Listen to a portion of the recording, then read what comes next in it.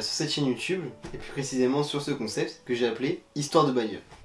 L'idée, elle est pas compliquée. Je vais te raconter une histoire de bagnole. Et ce que je te propose, c'est que toi, tu te mettes à l'aise, posé, tranquille avec moi. Un petit café, une petite tasse de thé, un chocolat chaud, pourquoi pas une petite bière avec modération.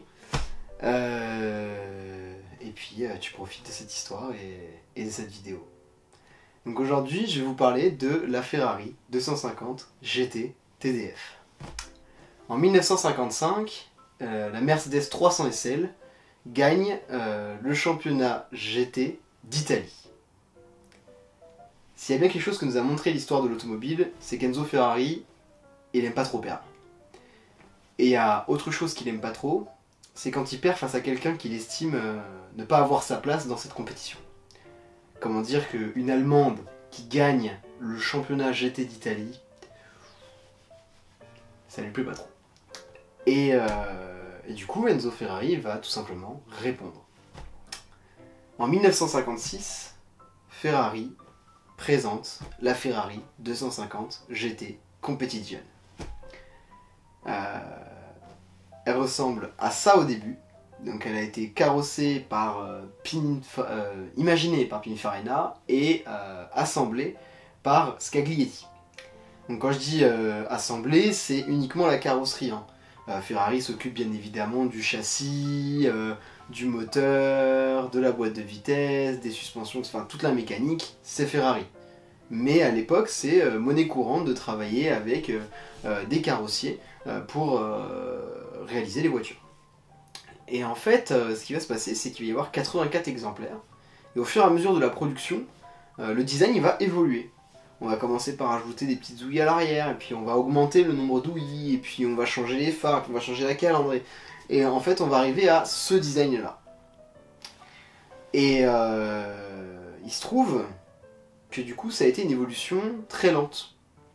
Et donc, on retrouve dans ces 84 exemplaires, des exemplaires qui ont des caractéristiques, enfin des designs différents. Voilà, et quasiment uniques pour certains.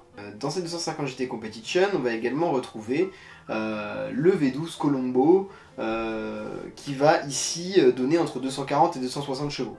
Donc le V12 Colombo, c'est le V12 qui est présent chez Ferrari à cette époque-là, dans toute la gamme 250 GT. On le retrouve sur la 250 GT SWB, la 250 GTO, etc. etc. Donc c'est vraiment très répandu à ce moment-là.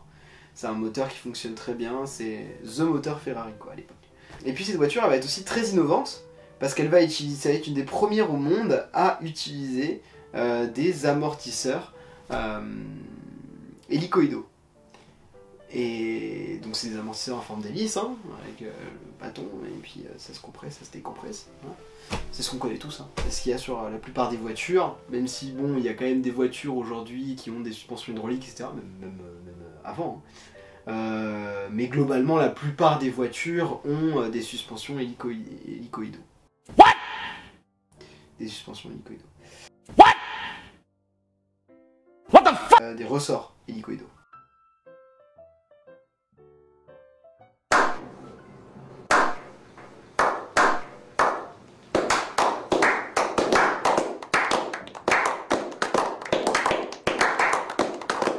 On va avoir en 1956 la première victoire d'une 250 GT Competition. C'est un particulier qui va remporter le Tour de France automobile.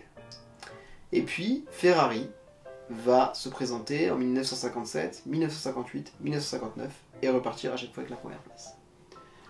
Et on va donc donner, suite aux 4 victoires consécutives au Tour de France automobile, le doux nom de Ferrari 250 GT TDF pour Tour de France à cette voiture.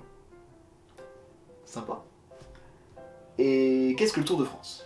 Le Tour de France, c'est un rallye de 6 jours qui traverse la France. Et la France, il y a beaucoup de paysages différents. Donc ça va passer par la montagne, montée, descente. Ça va passer par du plat, mais avec beaucoup de virages. Du plat avec quasiment que de la ligne droite. Par des endroits vallonnés. Et en fait, il faut que la voiture, elle soit bonne partout. Il faut que la voiture elle soit polyvalente.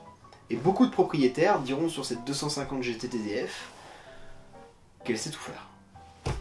Et comme elle sait tout faire, et ben en fait, c'est pour ça qu'elle est la reine de cette épreuve. Parce qu'elle est extrêmement polyvalente.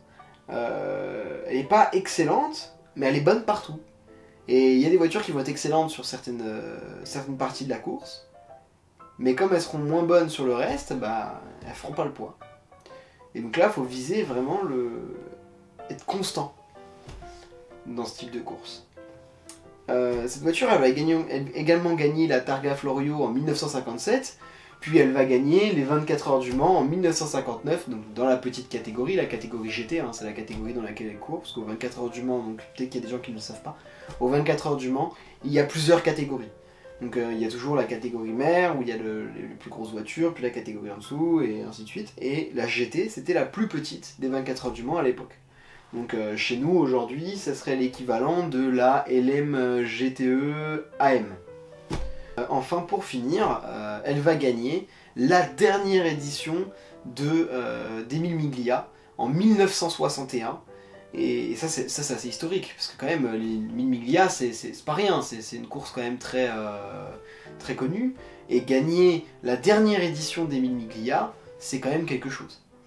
On va parler performance, mais en même temps, c'est très compliqué de parler performance, que comme je vous le disais, il y a des versions où le V12 il donne 240 chevaux, il y a des versions où il donne 260 chevaux, c'est pas les mêmes carrosseries, qui dit pas même carrosserie, il dit pas la même aérodynamique, et donc on va avoir des performances qui vont être différentes d'un exemplaire à l'autre. Donc on va parler de manière assez vague. La vitesse de pointe, ça va être entre 245 km/h et 260 km/h. Et le 0 à 100, ça va être entre 10,5 et 11 secondes. Voilà. L'idée en fait, c'est que vous ayez un ordre de grandeur des performances qu'avait cette voiture. Donc à l'époque, c'est vraiment pas mal. Hein. C'est sympathique à l'époque, hein, ce genre de performance. C'est aujourd'hui une Audi, une Mercedes, une BM, voilà.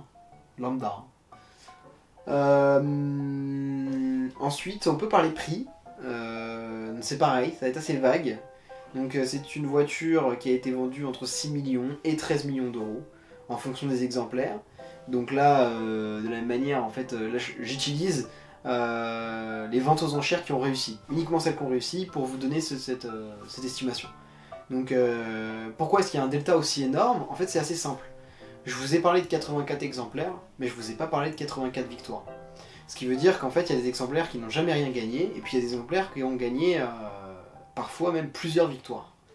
Et donc, forcément, l'histoire de ces exemplaires va jouer en leur faveur au niveau du prix. Dans tous les cas, ça reste une très bonne voiture, une 250 GT TDF. Ça reste le même châssis, ça reste le même moteur, etc. Donc c'est globalement la même voiture. Peut-être que si on avait mis le pilote dans l'autre voiture, et ben peut-être que c'est elle qui aujourd'hui vaudrait 13 millions d'euros parce que c'est elle qui aurait gagné. Mais ça on le saura jamais. Et voilà, du coup on a les modèles qui n'ont pas gagné, qui vont se trouver plus autour des 6 millions d'euros, et puis les modèles qui ont gagné qui eux vont se trouver plutôt autour des 10-13 millions d'euros. Voilà. Ça va dépendre aussi de ce qu'ils ont gagné, de la rareté de la course qu'ils ont gagné, etc. Voilà.